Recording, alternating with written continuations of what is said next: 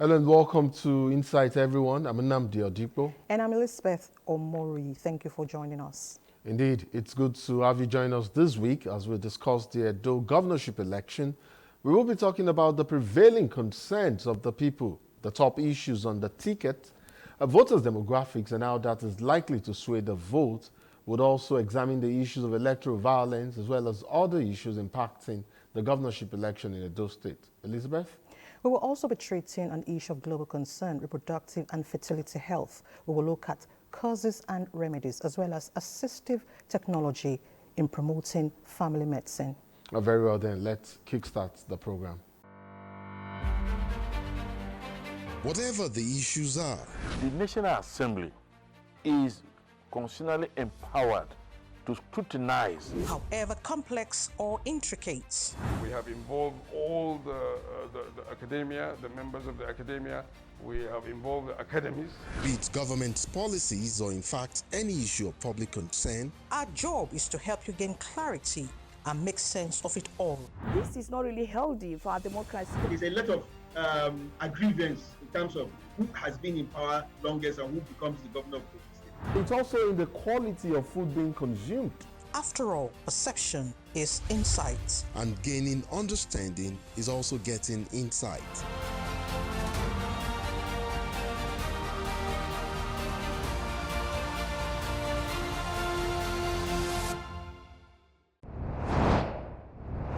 Let's get into the matter of the day.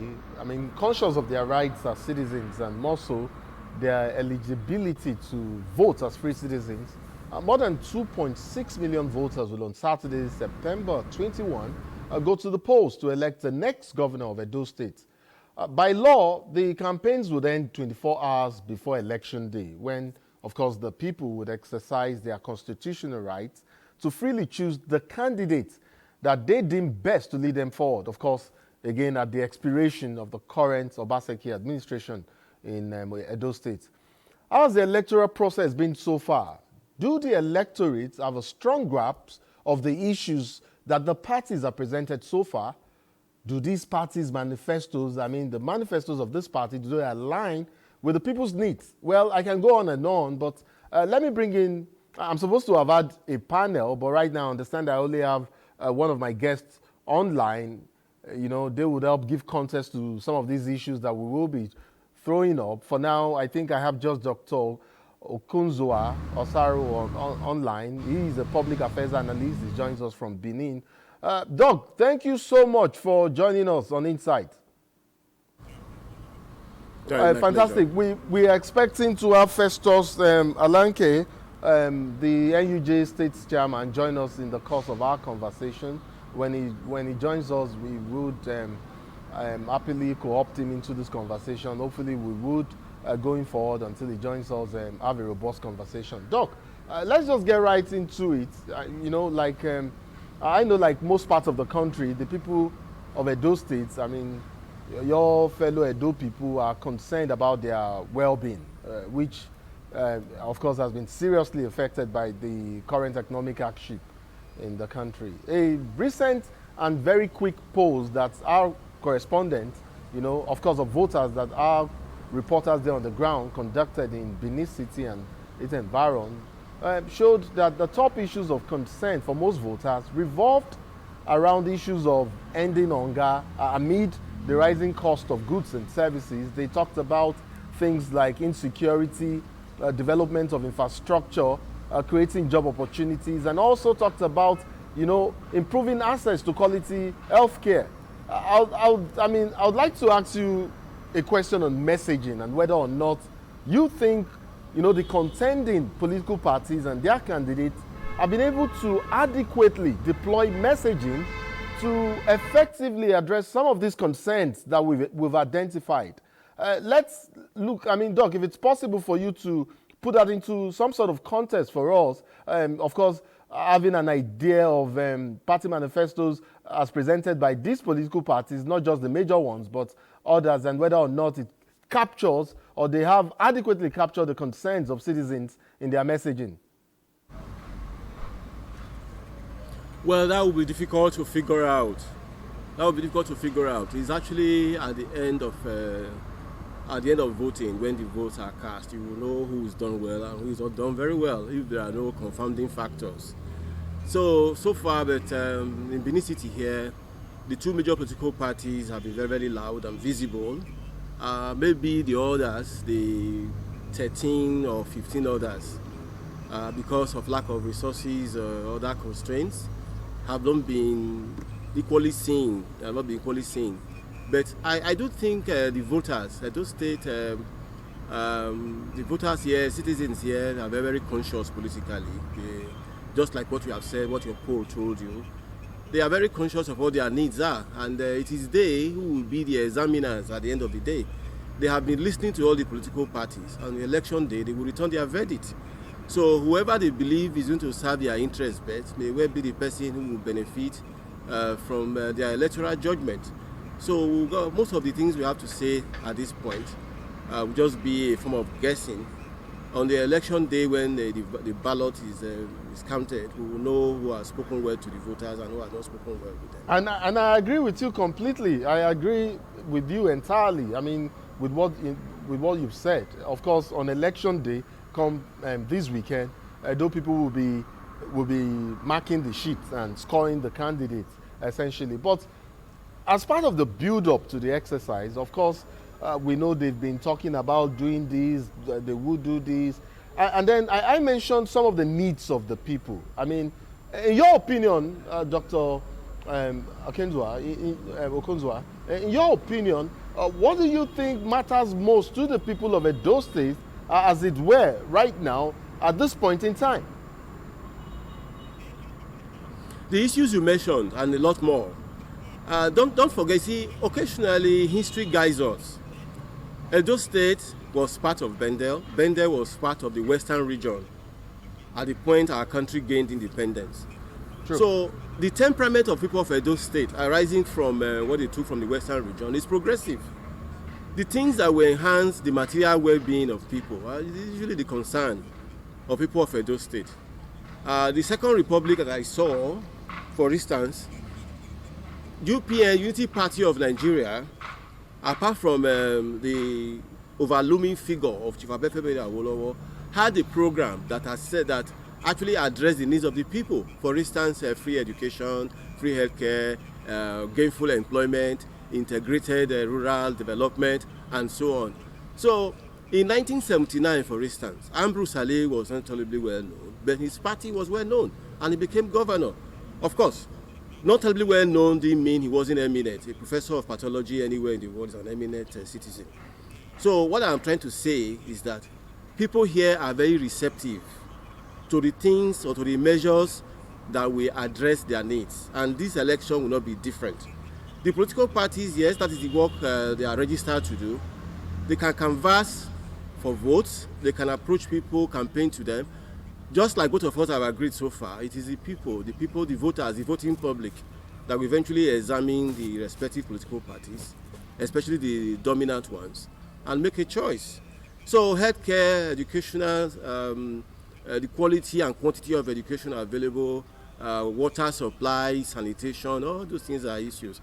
And it's a pity really that this time of our development, these bread and butter issues that are perennial are still what applies to the whole country. And of course, Edo is behind a few countries, but Edo is far ahead of other countries. Edo is far ahead of other states in the country on these issues, actually. Doc, you brought an historical perspective into this discourse. I'd like to dial down on that, but then take it from the aspect of, popular participation. Of course, bringing into context the voter dynamics that you've talked about, the voter demographics, for this election, and also factoring, like you have done, the historical context, let's look at it and how the various strata of voters there in Edo State have impacted, previous elections in Edo State, and how they are likely to impact this election. Do you see how contending political parties are targeting any particular group of voters that they foresee as holding sway right now at the moment Has the trend changed historically, you know, from what we used to see in the past? And how can the parties and candidates mobilize these groups or group, you know, whether they are women or whether they are young adults, you know, or young men, you know, to massively come out on election day and participate in the process?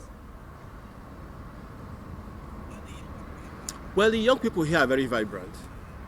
And I'm not sure that this situation is peculiar to Edo. It's peculiar to our country, Nigeria. The young people are living here in droves as well. So I'm sure which of the parties is able to appeal to them, the ones that are remaining, will be able to get their votes. That is clear.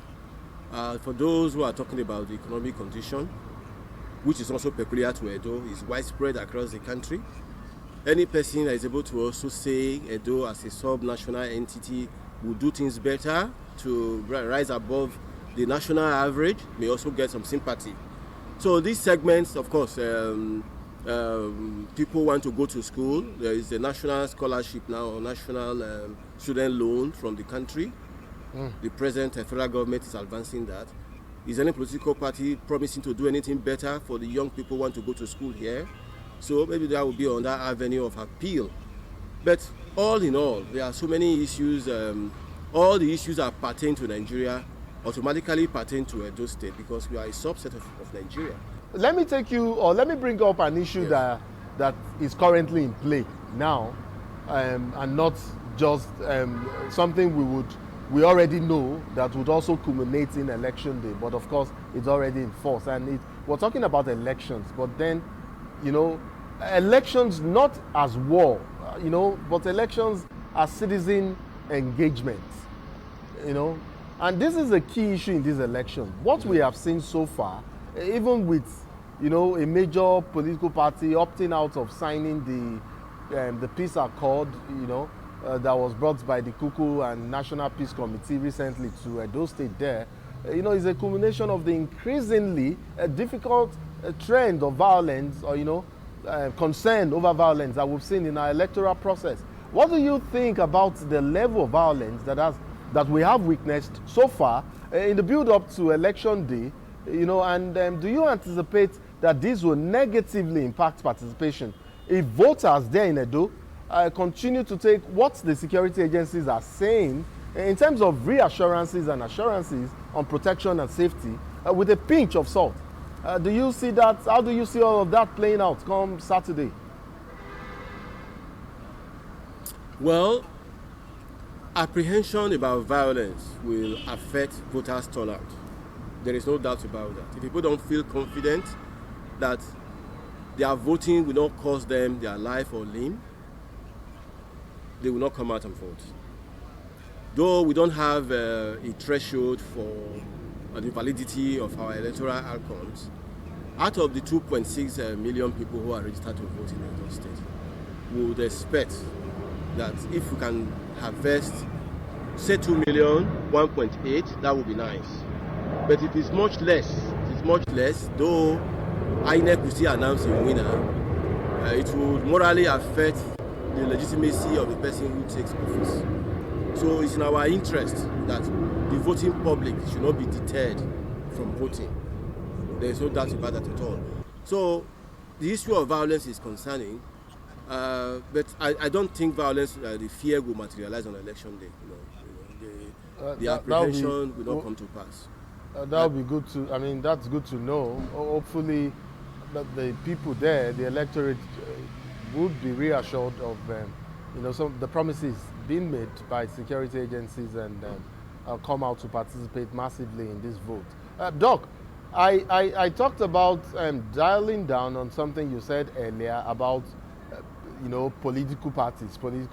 You mentioned them a couple of times and you said that's their work.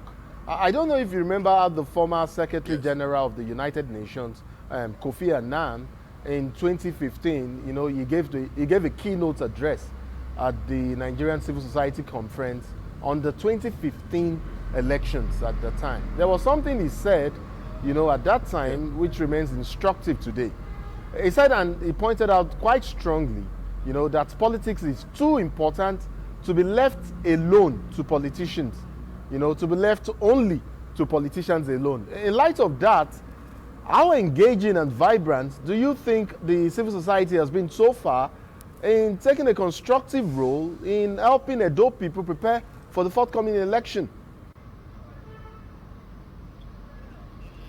Well, the civil society organizations have come under very adverse review in recent times because most of them, I'm sorry to say, are affiliates of different political parties. You ordinarily expect civil society organizations to represent the independent voters or independent citizens, to be shorn of partisanship, to actually canvass issues that probably swayed political parties here and there in terms of what they will include in their manifesto or their programs. But very often you see the civil society organizations canvassing issues to the interest of a political party. So well, I think that's still an aberration. Doc, we need to correct that. Is that some of what you've seen play out so far?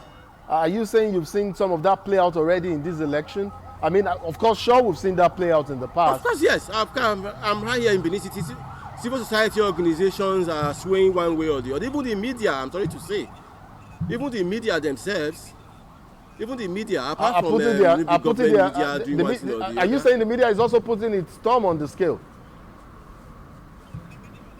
No. The media here too is also divided. Of course, you have apart from now that you've mentioned it, Doc. Now that you've mentioned it, I'd like to. I understand we have the NUJ State's chairman with us, Festus Alenke. He has joined us. Do we have Festus there? Festus, I don't know at which point you joined us, but I'm not sure if you heard Dr. Okonzua there. I heard the last statement. Fantastic, great. Fantastic. I'm glad you heard that. But of course, maybe we should just take that on first before I take you back, and then before we talk about the quality of the campaign so far and where we are. Very quickly, if you'd like to react to the tail part of what Dr. Okonzua said there just before you got in, before you joined us. Just a little reaction to the aspect of the media where he talked about putting its thumb on the scale. Yes. So as far as we are concerned in Edo State, we have been doing our best, and then a situation where all political parties look up to you, and then it's our responsibility to remain apolitical as far as this Edo State election is concerned. So in terms of division, there's no division at all as far as the Edo State media is concerned. We are doing our best to ensure that all parties Doc, Festus, sorry there. Let me just reassure Doc that we can hear him. I think he's worried if we can hear him. We can actually hear you, Doc. You're online. We can hear you. Festus, please just go ahead.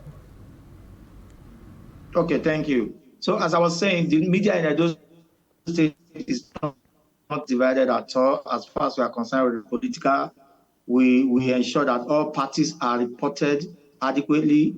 We ensure that of the journalistic profession, and we have been doing that. Reporters are covering all the political parties across. But sometimes too, most of the political parties usually do some write-ups, some news reads, editorials and all, and expect us to take them. So what we do in that case is to ensure that we balance the story properly. So if you are accusing somebody in the name of saying that one political party has done this or that, it's our responsibility, therefore, as journalists, to find out from the other side, to be sure that what you are saying is correct. But today, some persons see some stories online, and then they now credit it to be media. But they forgot that there are online stories and also that of stories coming in from conventional media. So these are two different media bodies we're talking about here. You have some online that is not regulated at all. Some of them write stories, they didn't even go to the four walls of an institution. Some of them don't even have journalistic qualification whatsoever, but they just get on the phone, get any story, and then push it to the world. And then everybody believes, this is a story it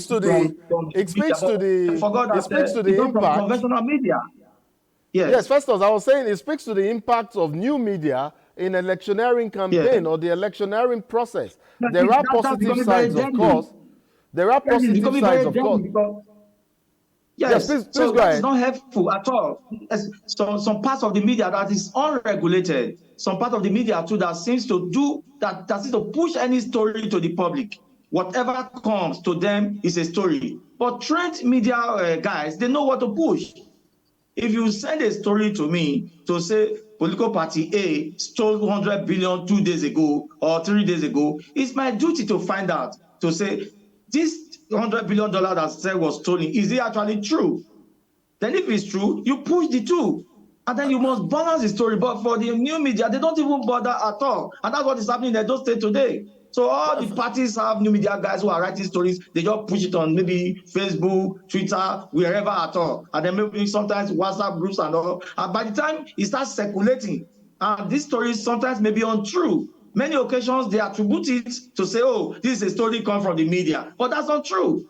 So for us in Edo State, what we are doing here is to ensure that we go by the ethics of the journalism profession. In Edo State, we have a committee whose responsibility it is to put any journalists who have gone foul, we try you. There's a committee for that. So everybody knows that in Edo State today, you must report correctly, you must do extensive investigation before you push out any story. Some of those other stories too, most of them too, that goes on the national papers are paid for.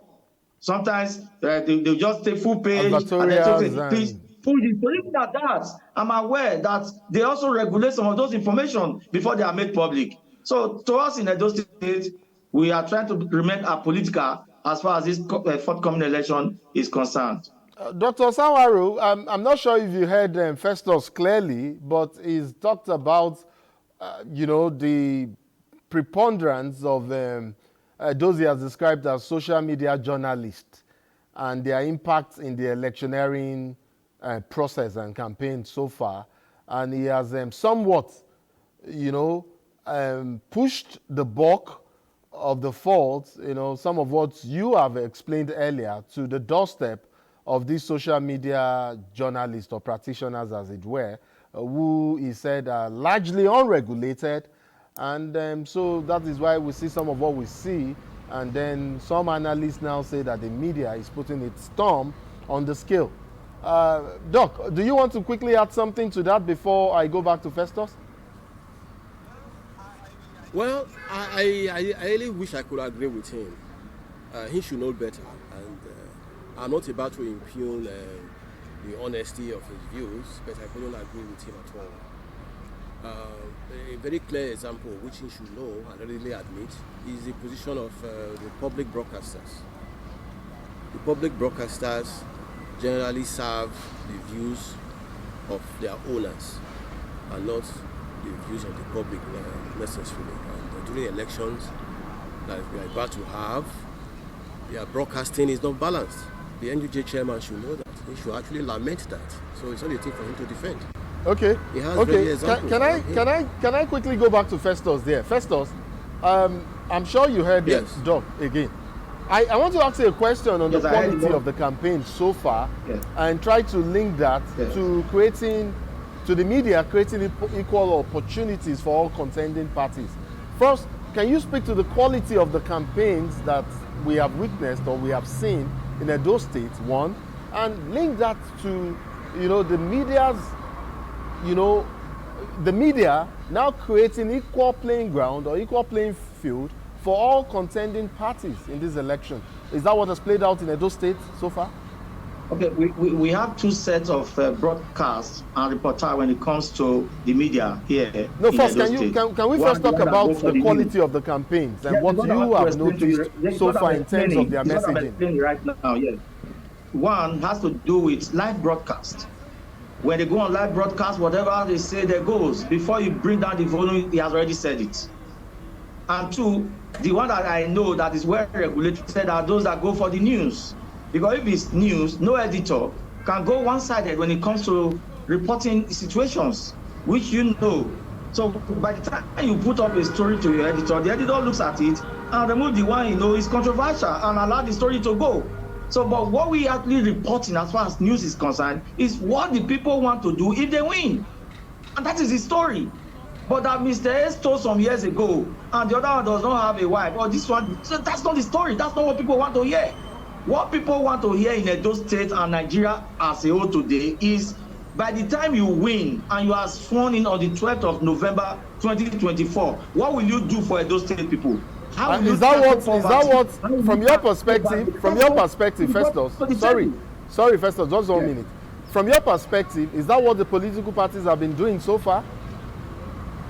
It's 50-50. It's not balanced. Many occasions they will come to tell you, by the time I win, I will construct roads, I will construct schools, I will pay this salary regularly, and other they will say that, but then they'll go personal attack, blackmail, defamation, and all. We have been having them. But you find this more during live broadcasts. But you can't find this during news production or during news airing. That's the situation right now in Edo State. Okay. Doc, I would like to come back to you and continue from where we stopped earlier when I talked about the former Secretary General of the UN. You know, there was something he also said back in the day, and even now it still remains relatable to the Edo election. He acknowledged that around the world, voter participation and trust in politics and politicians, you know, that to change people's lives for the better, that it's at an all-time low. You know, now that we know there are, of course, we know there are a number of reasons why voters do not turn out massively on election day to participate in the votes. And we have seen a trend. Take the last general election, for instance, and the percentage of those who registered for that election, you know, and place that against those who eventually participated in the polls. Also, take a look, you know, at the figure in the last governorship election in Edo State, and how that played out eventually. I wonder what your thoughts are or might be on how best to engender massive participation this time around, seeing how those who registered to vote for this election are just a little above 2.6 million. Is there, I mean, there's a critical aspect of this election, you know, that I want you to, you know, talk about and discuss and, you know, and throw up. How do we, at this point, you know, elicit, you know, that response, you know, that massive response that we need, massive participation of the people in this vote? Well, the issue is when people have things to defend through the ballot box, not by the bullet. That is the distinction we need to be making. When people believe they have things to defend, they will ordinarily troop out en masse. When they believe there is really nothing at stake, you have indifference, which people call political apathy. I don't think we need any hair splitting over that. You know, let's just go back to what the sage Awolowo did for his people in the old Western region. Okay. That you still have the effects today. When even the developed world was still balking at the idea of government-sponsored education, Awolowo and his team did it in the Western region, and that region of the country is better off for it even till today. Before human capital development became a common sing-song, Awolowo had done that in the 60s. I'm not going to talk about all those Liberty Stadium, Cocoa House. No. Those ones are overtaken. I'm not talking about television that became NTA today. We're talking about sending people to school. Children of farmers, children of market men and women, ordinary roadside traders, who have become professors and even bred generations of professors. So that is actually what inspired leadership brings about. Of course, Awolowo don't have it easy in the Western region. He had people who were his traducers and so on and so forth. But his leadership was inspired. Even this part of the country I'm speaking from, you know, up to whether Benin City, up to Patani, that was Patani on the verge of Bayelsa State now, part of Delta State, on the boundary with Bayelsa State. Awolowo did that miracle, a revolution. And that was why I'm talking about UPN just now, that was supposed to be a successor or a reincarnation of Action Group during the Second Republic. I mentioned it a while ago.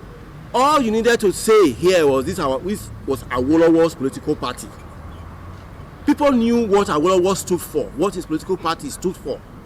And even that Second Republic, look at what Lateef Jakonde did in Lagos, Ajashin did in Ondo, BC Onabanjo did in Ogun, Bola Ige did in Oyo, and so on. Which of them could you remove? So we need public-spirited people, competent people who mean well by the public to come into the arena and serve. Because there are many things that can only be done by the government. Forget about this issue of private sector people are talking about. No private sector will thrive without good government policies and good government investment. So people will always come out to vote if they believe there's something at stake, to defend the status quo or bring about a new condition, or what you might say, continuity versus change. You know, when something tangible is credibly promised, people will give their backing to it. When something tangible and meaningful is threatened, people will come out and defend it. I know people in this part of the country are very progressive. They are very sentient. They know what the issues are, and on election day, without molestation or hindrance, they express themselves. You know, Doc, and I hear you. And they will do so.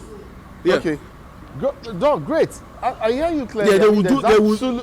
There's absolutely no doubt that, I mean, the Edo electorate is, or rather, are one of the most politically conscious and vibrant and active sets of electorates that we have in this country. I mean, absolutely no doubt as to their level, the level of, you know, their enlightenment and education and all of that. And, you know, it makes me wonder sometimes, you know, when an issue, you know, as critical, you know, as our leadership recruitment process comes into play, and certain elements of that process are put either at abeyance or clearly ignored. Let me bring in Festus at this point. You've heard Doc, and Doc has made allusions to a number of issues. I would like your take on, you know, something that I consider, you know, a critical aspect of this election that I want, you know, that I want you us to look at that, and whether or not we've seen that play out among, you know, some of the major contenders. Well, we do respect, please do not call or mention names so that we don't disrespect or seem to disrespect anyone here. I have seen some of these candidates, or maybe their proxies, you know, malign each other's character, you know, insult each other. And yeah, we're talking about the recruitment process now, and now character factors, you know, or should factor in the recruitment process. I wonder, you know, during these campaigns and the mud sliding and slinging that we've seen, I wonder how seriously that affects the voters' perception of these candidates in terms of having character capable of leading a state like Edo State that Doc has just described. You know, some have said, you know, a lot of people have said, you know, this issue of character is often overlooked as a tenet of leadership qualification in our party in Nigeria. You know, how do you see all of that playing out right now, Festus? Do you think the voter, you know, is at that level when he or she is unaffected by some of what they are saying? Or is the issue of character inconsequential to the Edo voter? Yeah, in Edo State, for instance, we have had elections here since 1999, as far as I know. Though the one that happened in 1999, I wasn't too clear there. But since 1999, we had election in Edo State. 2003, we had election. 2007, we had election. 2012. But from 2016 to date, it has been character assassination election process. It is either one party leader or one candidate A insulting the other, and the candidate B insulting candidate A. They go back to bring issues that happened even when they were born, even when they were in the primary school. Some person will go and upload primary school results and start harassing the other, and the other will not go and bring a secondary school result and start harassing it. So these are things we have been seeing since this issue only came up since 2016 to date. We had it 2016 in Edo State, we had it 2020, and now this is 2024. To me, 2024 is even more serious. Now, instead of concentrating on what you want to do for Edo State people, they go into individual characters. They go into how they were enlisted into primary school, how they worked, and other several family issues. And that is what is playing out today. And as we speak now, Edo State voters, they are divided. Some are clapping to say, yes, you have done well, you have said it well. But some are also saying, no, this is uncalled for. This is not what we want to hear in Edo State. What we want to hear in Edo State is, how do you develop the economy? How do you build schools? How do you build roads? This is what Edo State people want to hear. But what they are hearing today is quite different. They will, out of 30 minutes campaign, they will use 5 or 10 minutes to tell people what they will do. The remaining 25 minutes insults, blackmailing statements, defamatory statements, statements that are unfounded. And this is very worrisome as far as we are concerned in this current Edo State politics. But all we are saying is they should try as much as possible to keep our state peaceful. We want to report peaceful election, but don't forget too that whatever way the election goes is new for us as journalists. If the election is peaceful, we will report election peaceful. But if it's not peaceful, there is violence, we also report violence. So whatever way it goes, it's going to be news. Starting from Friday, you know, if the election violence is going to take place, many occasions will start on Friday. We don't hope for this in Edo State to beef up adequate security across Edo State, starting from Thursday, if it's possible. But for us, we want to have a very peaceful, transparent, and successful election where the winner will clearly be the winner. Well, gentlemen, I know we're out of time at the moment. I mean, there's still a lot to talk about as far as this Edo election is concerned. Dr. Osawaru, Festus there just responded to the issue of character. But if you don't mind, before we round off our conversation, Doc, it will seem like the people of the voters themselves there in Edo are now divided as to whether or not to, you know, on the issue of camps, or rather which political camp they belong. And so they are not, while some are taking the issue of character quite significant, for some it's inconsequential. Like Festus said, the last four elections in Edo State has been one of character assassination and maligning, as it were. Dr. Osawaru, is it that the Edo people at this point are immune to making the subject or the issue of character a core tenet of the leadership selection and recruitment process when it comes to election? Well, there are other issues that come to the fore when somebody is winning or losing an election. As I said before, it's the party's, the political party system that throws up candidates. There's no independent candidates here in Nigeria. So it's the function of political party to do some kind of headhunting or to look inwards to bring out their best gladiator. True. So when you bring out a candidate and the party has overwhelming advantages, there is nothing the average voter alone cannot do. So it's the political parties who will do this. The screening begins, of course, yes. Yes. How you groom, how you do your appointments, how you select your candidate, and so on and so forth. Even the issue of internal democracy and so on. So Edo people are not indifferent to the issue of character, but on this matter they are often overruled because they are rich. Their reach is not up to the point where they can pluck things the way they want it. That is the situation. It's a kind of helplessness. I think this would be a good place to cap our conversation. Dr. Okonzua Osawaru, Public Affairs Analyst, I'd like to thank you so much for being part of this conversation. This is a going conversation. As we approach, as election day approaches, we would call on you from time to time to, come in and give your insight on this matter. I would also like to thank Festus Alenke, NUJ State Chairman, and for Edo State. I'd like to thank you as well for being part of our conversation. Gentlemen, NTA will be on ground on election day. Of course, in the days leading to the election, NTA is already on ground, but for election day proper, we will be on ground, fully on ground, and then we will be bringing Nigerians, details and of the elections as it unfolds, face by face, stage by stage.